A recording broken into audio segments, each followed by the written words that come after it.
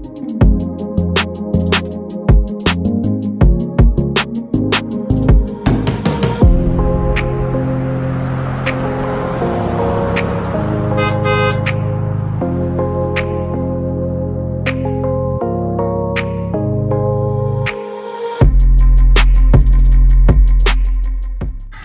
guys, balik lagi di Mobil Pijar. Di episode kali ini ada narasumber yang mau cerita tentang pengalaman kerja sampai ke dunia entertainment. Wow, kayak gimana? Langsung aja yuk ke narasumbernya. Siang bang. Iya, selamat siang. Siapa namanya? Nama saya Iqbal, biasa dipanggil Iqbal Aldino sama rekan-rekan sama teman juga. Oh oke. Ini kan mau cerita tentang pengalaman kerja lah ya. Iya, Bang. oke. Itu pengalaman kerja tuh awalnya gimana? Saya waktu itu pengalaman kerja awalnya kerja pernah di PT gitu ya, kayak semacam di industri, sama pernah juga di office boy pernah, sama di apa namanya, yang sama di apa di apa namanya Nokia Center dulu pernah di tahun 2014. Jadi kerja di apa namanya bagian teknisi gitu. Terus yang terakhir kerja di tahun 2018 di itu di apa namanya catering. Nah ya. Berarti hiruk pikuknya lumayan ya. Iya, dari udah lama. Terus iya. yang terakhir kenal ya sampai terjun ke dunia entertainment. Oh oke. Memutuskan untuk dari kerja di dunia industri sampai kerja kantoran lah ya, ibaratnya office hour, terus tiba-tiba jadi catering, itu awal mulanya gimana? Ya awal mulanya sih ceritanya juga panjang juga sih Mbak. Jadi perjalanannya juga cukup lumayan. Ini dari ini sih awalnya dari informasi teman ke teman sih ya. Jadi pergaulan nggak cuma di entertainment aja, pergaulan di dunia biasa juga ada gitu. Jadi ya gitu. Tapi sebelumnya sudah ada basic. Kalau basic di bagian apa tuh? Catering. Catering belum ada sama sekali saya. Cuman di situ saya langsung terjun ke lapangan, langsung praktek. Jadi saya menghafalnya, ditrainingkan dulu dia selama seminggu gitu. Dari pihak cateringnya. Iya, dari pihak cateringnya. Itu Jadi ada toleransi dia. Saya waktu itu di bagian ini apa? Di bagian packer sama di bagian cook sama koki itu, cook masak. Oh, jadi master chef gitu ya, chef. Iya. Oh. Itu juga di sana juga dibimbing. Jadi masih dalam tahap pengawasan lah sama bagian supervisornya diawasin juga. Jadi kita terjun ke lapangan, kita juga harus mengenal tekstur makanan kan, karena kan namanya anak baru itu kan karyawan baru lah. Itu kan harus butuh bimbingan banget kan. Dia bisa nggak dimasak nih ya kan. Bener kan gitu. Itu berapa lama di catering? Di catering itu ya saya sih nggak lama ya. Saya waktu itu 1,5 tahun. Cuman mungkin ada suka kayak itulah namanya kerja kan, saya ada kegagalan, suka bolos suka terlambat gitu kan. Jadi di itu saya diberhentiin gitu. Oke.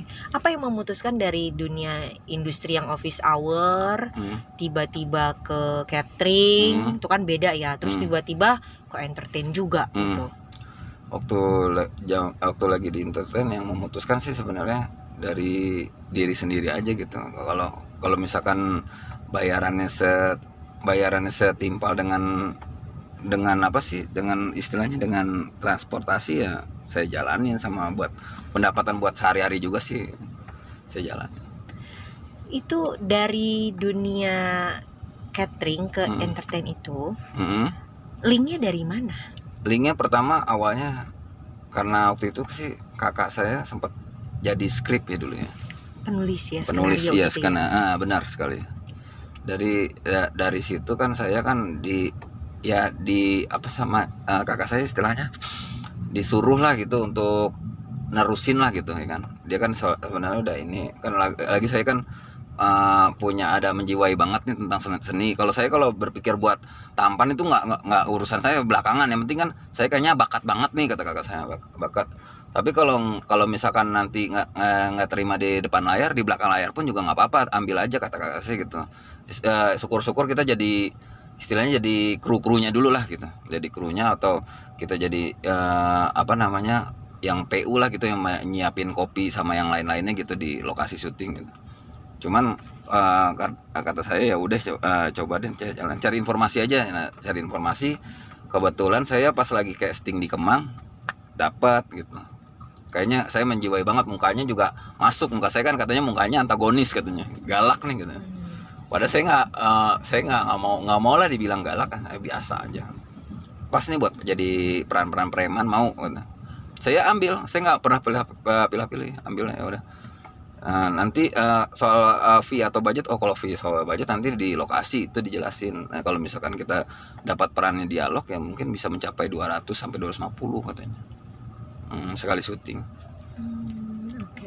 Ya namanya rezeki ya. Iya, rezeki. Coba-coba aja dulu gitu ya. Terus saya juga pernah di luar casting, pernah ada callingan juga, dipanggil ke Cibubur, cuman sebagai jadi figuran pintas doang, lewat doang. Itu bayarannya kecil sekali. Berapa kalau boleh tahu? Cuma 50.000. Cuma lewat doang. Lewat, nah cuma ngambil dari sisi depan kamera doang. Lewat, kita jadi set anak kampus waktu itu, set perannya anak kampus. Walaupun cuma lewat doang, itu dari jam berapa sampai jam berapa gitu? Itu cukup relatif lama sih ya. Jadi saya waktu itu kan callingan jam 8, tuh standby dulu tuh. Mulai dipakainya jam 3 sore. Jam 3 sore, jadi kan lama juga kita nunggu, tapi makan ditanggung dari lokasi. Makan seadanya dia di sana lah gitu. Pokoknya makan dia sebenarnya di lokasi syuting itu jatahnya sampai 8 kali makan, Mbak. Karena ini dia kan pertama kan kita callingnya pagi, sarapan dulu kan. Di sana lokasi sarapan. Siang sarapan. Nanti menjelang jam 2 nih ada makan lagi.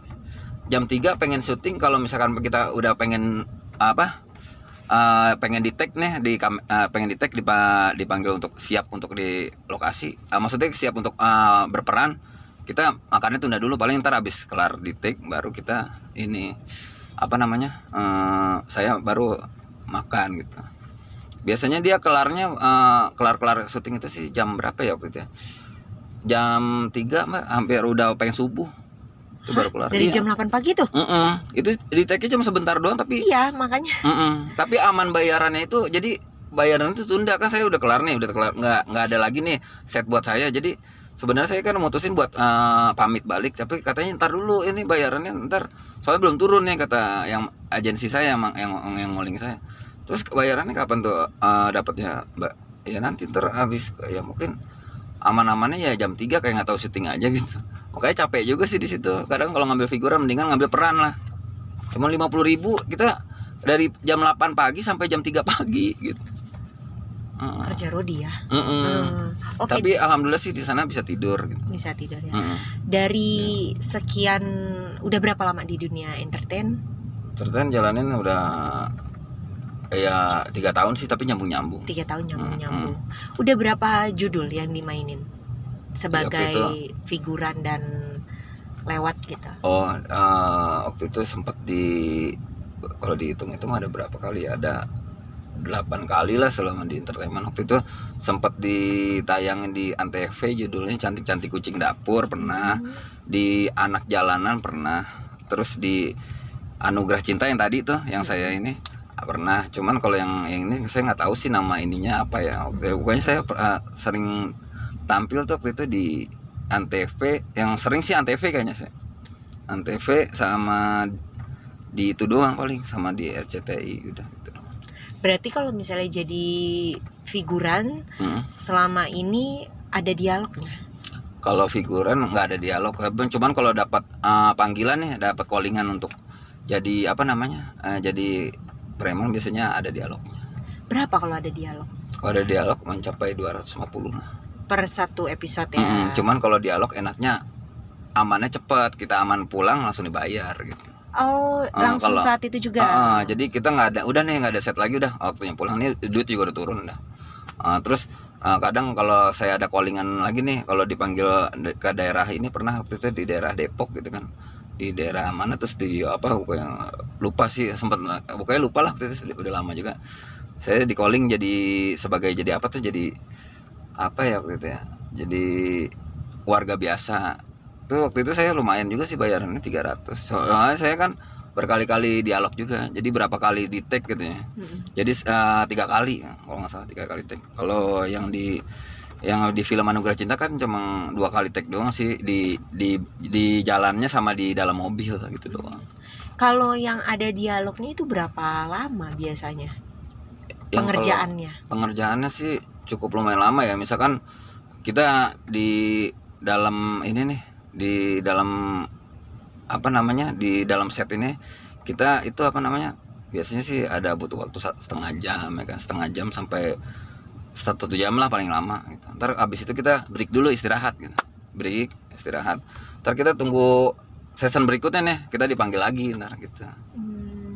Oke. Saat kita harus tampil gitu ya, jatuhnya di take itu tampil, maksudnya tampil saat Tapi itu. berarti standby aja di lokasi. Standby gitu ya? lokasi, benar ya, itu makan dikasih. Nah itu yang tadi saya ceritain itu, apa kalau misalkan jam berapa, jam 3 saya waktunya tampil, take itu kan tampil ya, ya udah saya tinggalin makanan dulu, padahal saya udah disiapin di lokasi buat makan nih, makan dulu ya udah tinggal dulu, soalnya saatnya dipanggil nih sama krunya untuk di take ya udah langsung standby, sama sutradaranya juga harus ada saya di depan kamera gitu saatnya.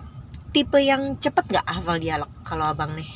Kalau saya alhamdulillah kalau soal dialog mungkin dalam hitungan 1 jam kalau panjang ya. Misalkan ada berapa teks gitu, ada berapa scene, itu saya insya Allah bisa gitu. 1 jam lah, hitungan 1 jam, nggak sampai seharian enggak.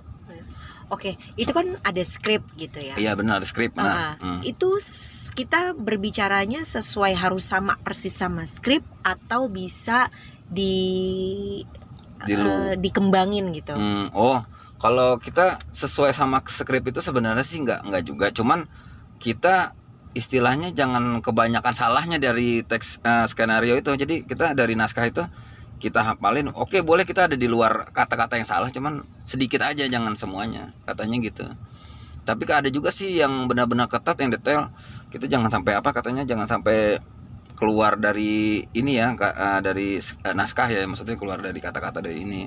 Pokoknya sesuai dari prosedur yang ada gitu. Prosedurnya dari skenario seperti ini, saya disuruhnya perintahnya ngomong kayak gini gitu. Kalau yang biasa abang jalanin sebagai figuran tuh harus sesuai naskah atau enggak? Kalau selama ini sih kayaknya harus sesuai naskah. Harus sesuai naskah. Tapi ada juga yang benar-benar nggak ketat kan, waktu itu kan di luar ini juga. Tapi jangan sampai ngaco semua gitu, maksudnya sedikit aja salahnya gitu. 8 kali tampil sebagai pemain figuran. Iya benar. Berarti kan udah pernah ya. Di itu RCTI Utusan dari Surga, waktu pengen menjelang puasa juga pernah saya tampil. Oh oke. Itu berarti udah pernah lah beberapa kali bekerja sama para artis ternama gitu ya. Iya benar, udah. Itu siapa aja? Waktu itu saya kerjasama sempat sama si Aldi Fairuz pernah, sama Stephen William pernah, Natasha Wilona pernah saya Ricky Harun pernah, sama yang seniornya yang tua-tuanya juga pernah, sama Om Roy Martin pernah saya. Dari salah satu yang disebutin tadi, ada yang pernah beradu akting sama mereka? Beradu akting sih waktu itu sih secara langsung pernah waktu itu pernah. Cuman paling waktu itu saya beradu aktingnya sama si ini doang sih, kayaknya sama Steven doang sih waktu saya jadi penjahat. Jadi saya ada di situ dapat peran perkelahian di situ kan. Saya tampil gitu. Saat itu. Suka dukanya nih di dunia entertain tuh apa? Suka dukanya kalau lagi banjir job ya, kalau kita di calling terus. Tapi kalau dukanya kita kalau lagi nganggur ya doang, Mbak. Kalau kita nggak ada job, kita nganggur, Mbak. Jadi kita nyari kegiatan lain lah gitu. Paling gitu. Mohon maaf, di masa pandemi gini impact banget gak nih? Jujur aja sebenarnya di masa pandemi ini udah jarang dapat callingan. Paling saya jalanin ini doang, paling kayak semacam adanya riset atau iklan gitu. Kalau misalkan riset kayak misalkan kita disuruh datang nih nyobain produk rokok, kita bayar kan gitu kan. Udah ambil aja, kalau misalkan bayaran itu cocok buat transportasi ya jalan gitu. Buat dapat makan juga ya jalan lah gitu. Saya nggak berharap besar sih. Harapan abang sendiri nih ke depannya tuh gimana? Maunya sih sebenarnya ada lagi lah untuk panggilan yang berikutan untuk di dunia perfilman, di entertain. Iya, amin. Harapan amin ya. mungkin ada pengen kasih pesan atau mungkin mau mempromosikan diri, nanti mungkin siapa tahu ya Iya, ada benar, agensi yang melihat gitu. Iya benar. Saran dari saya, ya gimana ya? Mungkin abang mau mempromosikan diri gitu. Iya bisa. Ya kalau misalkan nanti suatu saat ada job syuting lagi, ya saya harap sih kalau ada yang masih membutuhkan saya atau mau meneruskan memakai saya lagi, ya tolong aja gitu hubungin saya, walaupun istilahnya nomor saya udah ganti. Kalau nomor yang dulu sih saya udah banyak kontak yang hilang juga sih, Mbak. Jadi saya sempat hilang HP waktu itu, pernah hilang HP di syuting waktu itu di daerah Bogor, di puncak hilang. Jadi ganti HP baru gitu. Tahu ada pencuri nggak jelas gitu kan. Namanya waktu itu lagi di musola, lagi sholat, ketika lagi dicas hilang di lokasi. Iya pernah gitu. Berarti nomornya juga hilang gitu. Iya, waktu itu juga banyak sih kontak-kontak yang kenal di situ, agensinya, orang astradanya, seorang sutradaranya pernah ada kontak semua gitu. Kecuali nomor artis privasi sih nggak ada yang mau ngasih.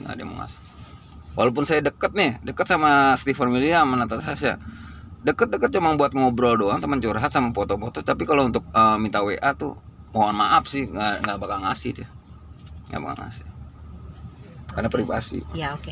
Semoga kedepannya rezeki makin lancar ya, makin Amin, banyak callingan, iya, terus benar, juga makin banyak callingan. ya pandemi cepat usai lah Iya ya. cepat usai benar dong. Amin. Ya Tuhan. Amin robbal.